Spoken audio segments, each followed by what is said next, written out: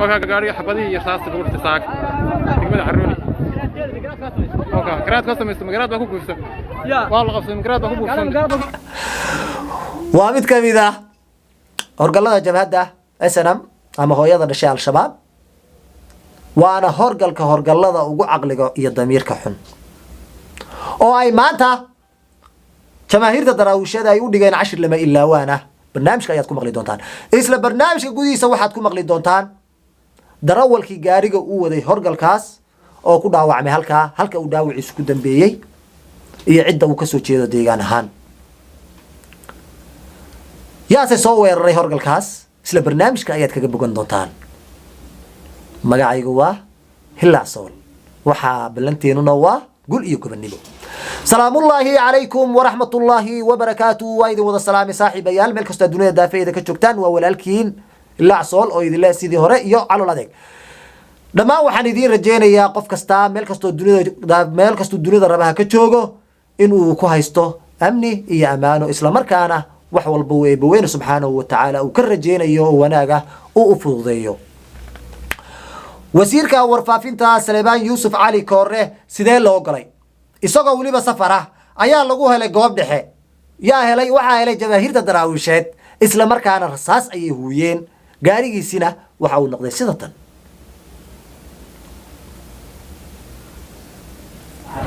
وكا قاري حبدي يساس تقول تساك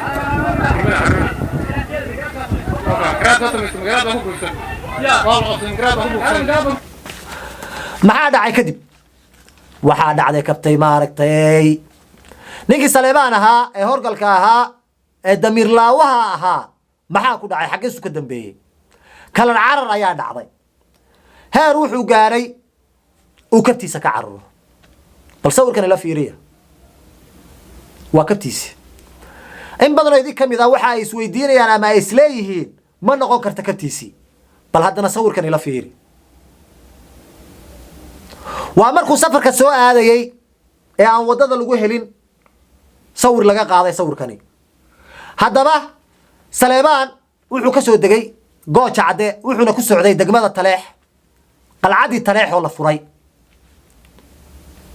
ayuu ku socday waxa loo galay meel u dhaxaysa oo la yiraahdo Calooley halka oo ay rasaas la hubiyay isla markaana gaarigiisa laga dhigay saad aragteen babaaba halkaas oo ay dib ugu carareen meeshii gooja cade la burco uusan istaagin halkaasna waxa ku dhaawacmay darawalkii horgalkaas gaariga ku waday oo ahaa nin habar jecla ah oo idoora dhaawiciisana loo qaaday magaalada burco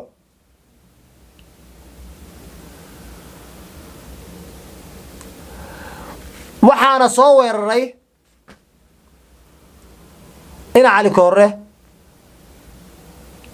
waa reerka uu dhalasho ahaan isaga laftirkiisa uu ka soo jeedo halka maxaa idin ka cad halka waxa idin ka cad maanta horgaladaasi ee jabhadaas in aysan reer lahayn in maanta dhiigooda cid isku qabsanaysa aba yaraatay aysan jirin wallaahi billaahi tollaahi in horgal ah dhiigiisu maanta waa xalaal maninka maanta maatadiisii iibsaday maninka maanta caruurtiisii ciyaalkiisii gurigiisii la baabiinayo xogaa yaro shilimaada ku qaatay ee cirdigii reerkiisii baabiinaya iibsanaya dhiigiisu waa xalaal nin walba oo maanta halganka ku dhintana waa shahiid nin walba maanta halgankaas ku dhinta waa shahiid waxaan idin leeyahay yaan loo aabayeelin ninka iidoor ee la sacano duleedkeeda fadhiya oo musabixi soo diray waxa inooga xun maanta kan anaga naga dhashay ee iyaga horgalka u ah thumma wallahi illa ka horgalka aanu meel saarno oo aanu leexino inaan nimanka iska saari karin saasay barta u fadhiyayaan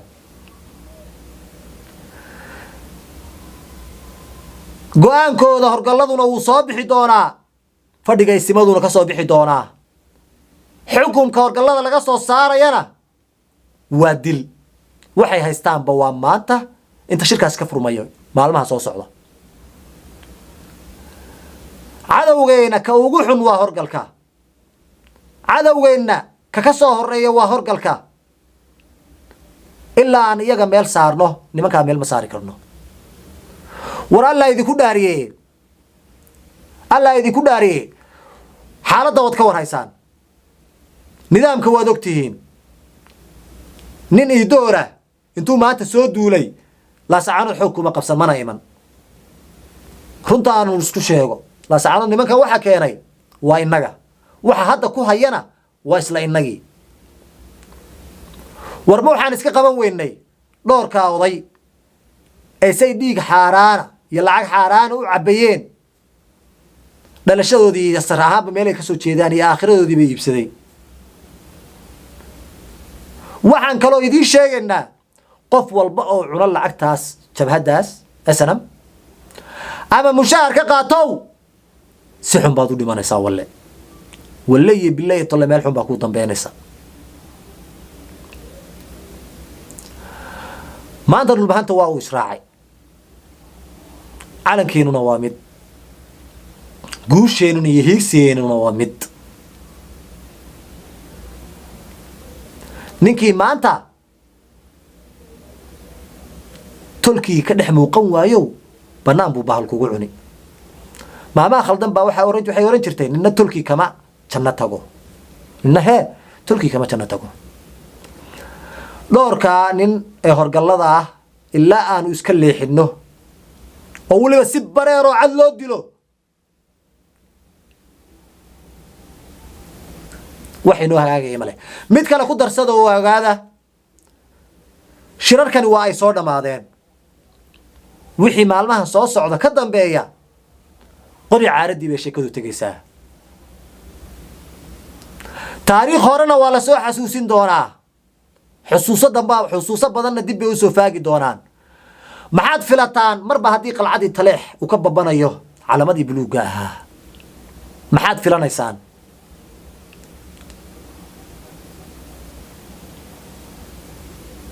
war waxaan idin leeyahay sidaa iyo nabadgeliyo